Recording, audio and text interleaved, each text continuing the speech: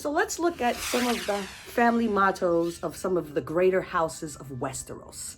House Baratheon, ours is the fury, ours. House Tully, family, honor, duty, family. House Greyjoy, we do not sow, we. House Frey, we stand together. House Targaryen, fire and blood. There you have it. Welcome to the Black Dread. I am Billie Jean, the Black Dread, the last Targaryen, and welcome. I'm here in Lys. I'm at a friend's brothel. No judgments, no judgments. Everyone needs money. So I came to help her out. And also, I came to get my hair dyed back black again because not too many people know that I am the last Targaryen. I had some of my hair cut off like it's like real silvery and long and everything. So if people see, sometimes I want to keep a low profile. But anyway, I'm here in Lys in this brothel, and they're playing some music. I'm having a good time. And one of the singers is singing a song. He said he made it up, but I don't know. It's called Family Fair. And one of the verses in the song is blood is thicker than mud. So I was like, oh, you know what? That's a good saying because, not every house and not every member of every house in Westeros respects those words. Blood is thicker than mud. So let's talk about family. Now, like I mentioned earlier, the words of the greater houses of Westeros, they seem to all have this idea that we all are in this together. Family is the most important thing. We, ours. And Targaryens is giving it to you straight, fire and blood. That is all we care about. That is all we are here to do and deliver is fire and blood. And that's not always going to work out good for you. And we're going to talk about one instance in particular where not being on code and being down with your family worked out bad for one of my relatives, the Targaryens, unfortunately. So let's talk about code of conduct first. When I talk about a code of conduct, I mean, there's certain lines, like me with myself and the last Targaryens that were in Valyria, we had certain lines. Evil. We had certain lines that we wouldn't cross with each other. And it's like one thing I won't do with my family is I will not cross you. I will not challenge you in front of other people. Whether you're right or wrong, I'm going to stand behind you. If you need my dragon to come burn a bunch of children, I'm like, I don't really want to do it, but you started this. We must finish it. Let's go burn it down. And like, what was that all about? But I'm not going to cross you in front of anyone. And this is a situation that happened that ended up costing the life of a Targaryen who had so much promise. He was going to be a great king like Jaehaerys. And he had so much promise and he was cut down. And there's some controversy surrounding his death also. But it all stemmed from him not being on code. So let's talk about it here. I'm going to give you the short version, but essentially what we have here is a Knight of the Seven Kingdoms. This gives us the story of Sir Duncan the Tall, and his journeys. This is only 3 of them. There's many journeys, but these are 3 of the tales of Sir Duncan the Tall when he was traveling through Westeros as a young hedge knight. He didn't really, know a lot, and he's traveling with his squire. Now, spoiler alert,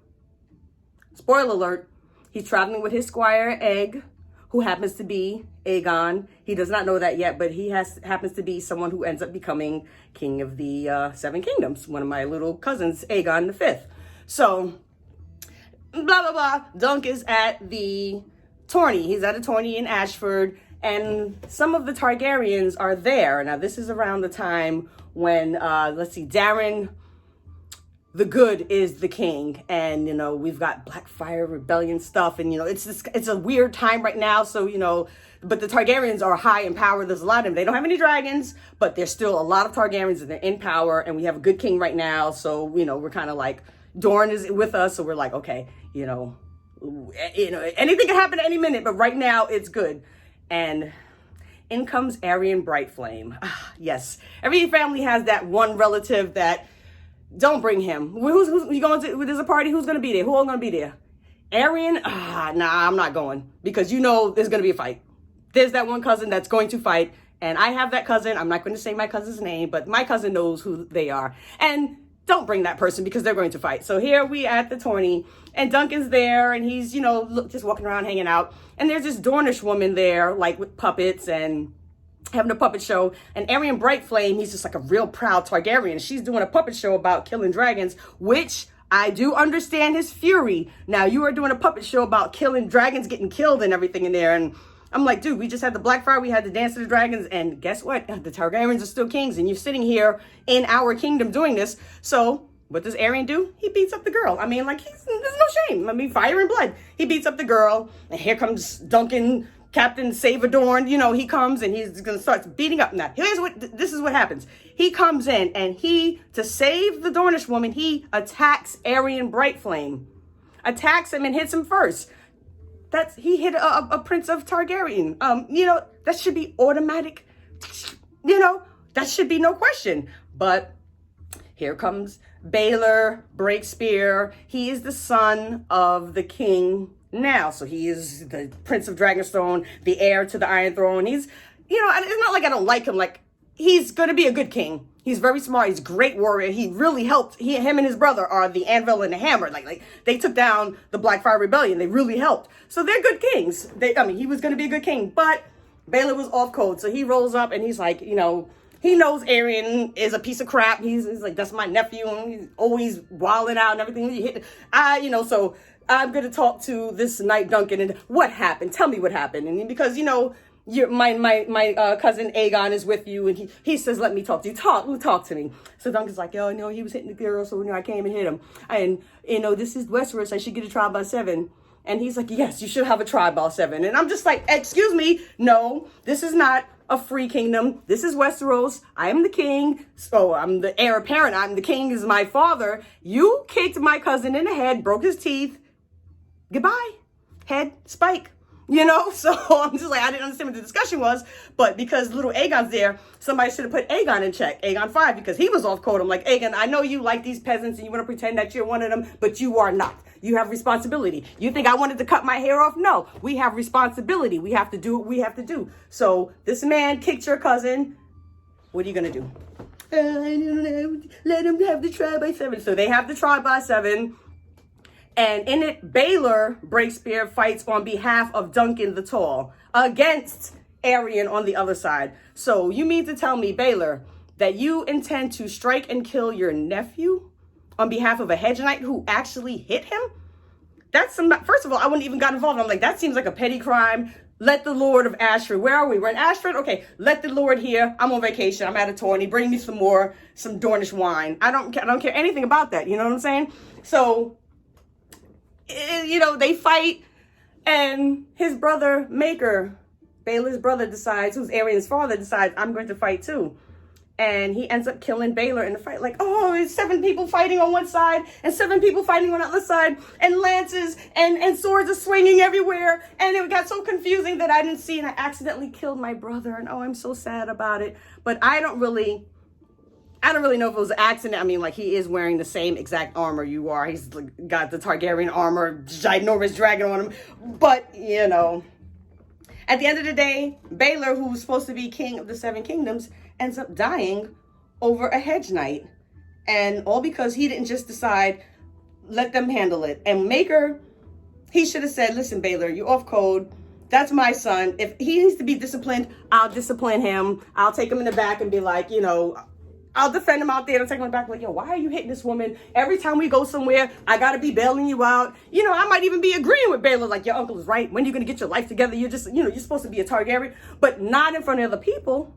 I'm not going to do that in front of other people. And I'm not going to let this hedge knight person think that, yes, you are right above you had the right to hit the prince, because that's setting precedent that, oh, you can kick Aerion Brightflame, and then if you win the tourney, you live. So, like, say you get the trial by 7, and my champions are the Mountain, Bronn.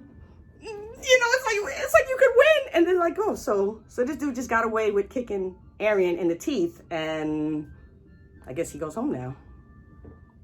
So I think that Baelor, he was like Ned Stark, where that loyalty crosses the fine line into stupidity. You know what I'm saying? That honor goes right into selfishness and foolishness. You know what I'm saying? Because that was dumb. And it was a tournament, a small tournament. You didn't have to make it into such a big deal. He was a hedge knight. If you could have did anything, I would have said, all right, Egg, if you want me to, I'll let him go. We won't do this trial. We won't fight. I'm not going to fight my nephew. You know, let's just squash it. If that's the best thing we could do, then let's just squash it totally.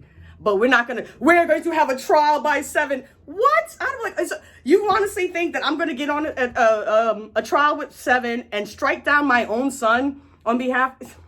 So, and then it's like, people say, well, Maker killed him on purpose. I'm like, you know what? I don't blame him. Because if he would have he's a warrior now. This is Baylor Breakspear. You know, that's why he didn't get the name Breakspear for no reason. So if he got a hold of my son in this battle, he would have killed him. So I'm just like, in the middle of the battle, I see that Targaryen armor coming behind me. It's like, oops! Oh no! I killed Baylor. I guess, you know.